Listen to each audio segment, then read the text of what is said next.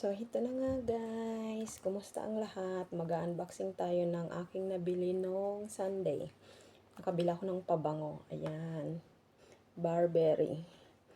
Tama ba yung pronunciation? Barberry. Nabili ko siya sa Sasa. Ito siya, oh, Sasa. Ang original price niya ay 720. It's kiddie.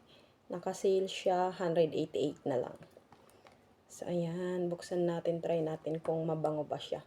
Yung coach, sana yung coach. Sana yung pipiliin ko.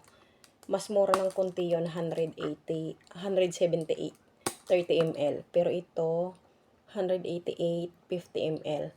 Pero sabi nung sales lady, mas mabango daw to. Long lasting, kumpara dun sa coach. Tsaka isa na lang to, nag-iisa na lang. Nung last week, marami pa to. Pero nung Sunday, only one. Kaya sabi niya, ito na bilhin mo, baka magsisi ka. Last na siya. Ang hirap niya buksan na.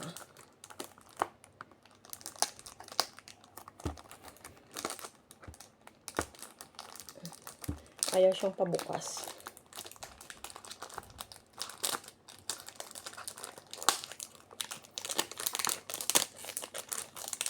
Ayan.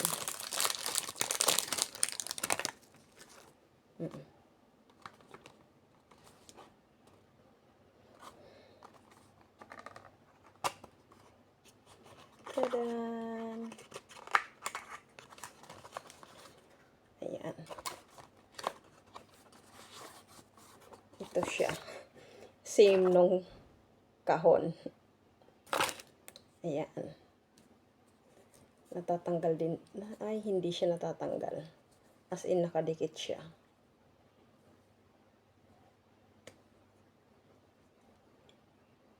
Yan lang. Oh, my number. Oh, mas mabango nga.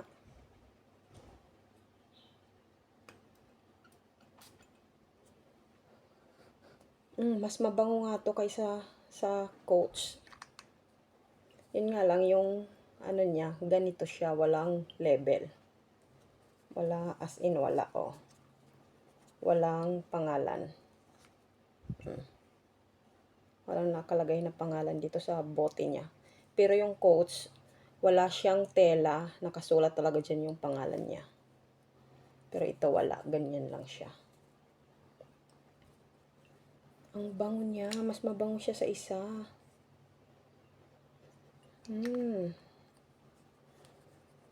Yung malaki nito, mas mahal. Yung 100 ml niya ay 300 something, naka-sale din. Mas mabango to. Wow. Bibili pa ako ng isa ng coach. Para matry. Para matry ko din yun. Ang bango.